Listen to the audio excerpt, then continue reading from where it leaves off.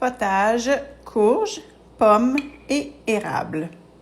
Je vais couper ma courge. Je vais également éplucher les pommes et les couper en petits morceaux. Et on envoie ça sur le four avec oignon.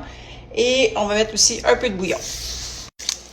Je prends un oignon seulement. Je ne veux pas que ça goûte trop parce que je veux avoir le petit goût sucré des pommes et non de l'oignon. Un peu d'huile d'olive. On commence avec les oignons.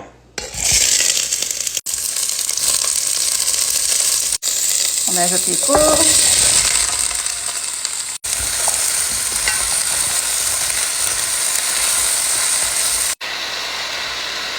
J'ajoute de l'eau jusqu'à temps que je dépasse, proche de dépasser, pas trop. Je veux en faire un potage, donc, et je veux mettre le bouillon dedans. Si je mets trop d'eau, je vais avoir à mettre beaucoup de bouillon. Je ne veux pas gaspiller mon bouillon. Donc, voici les cubes de bouillon que j'avais fait. Donc, je vais en mettre au moins 2.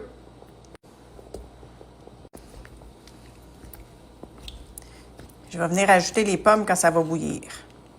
Je vais mettre aussi du poivre, du sel.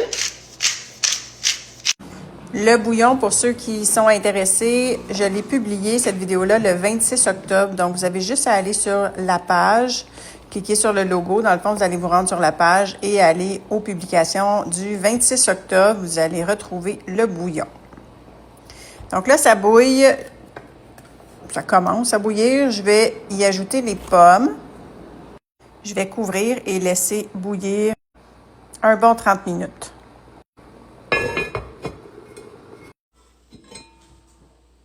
Donc, tout ça a bien bouilli. On passe ça au mélangeur.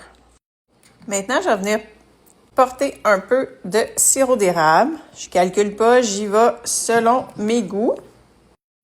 Je vais refaire chauffer pour que ça prenne bien ensemble. Puis après ça, je vais séparer dans des contenants pour congeler. Et je vais me garder une petite portion où est-ce que je vais ajouter de la crème. Puis les portions congelées, je ne voulais pas y mettre de la crème. On va en mettre quand on va la sortir. Il ne faut pas hésiter à venir ajuster. Si vous ne la trouvez pas assez salée à ce moment-là, vous pouvez ajouter du sel. Vous pouvez ajouter encore un peu de bouillon. Il n'est pas trop tard pour le faire. Donc, vous ajustez à votre goût, même si c'est déjà en purée. Donc là, je viens ajouter un peu de crème 15% à la portion que je me suis gardée. Là, je vais venir me servir mon bol.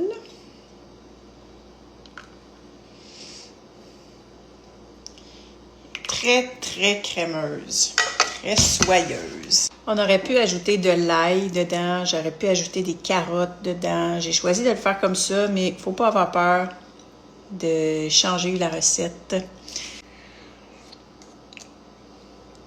Elle est excellente. Le petit goût sucré est vraiment présent. Elle est soyeuse, comme je disais, elle est douce, douce, douce dans la bouche. Peut-être un petit peu plus de sel, ça sera encore meilleur pour le fameux goût sucré-salé. Mais ça, comme je vous dis, vous pouvez l'ajuster comme vous voulez.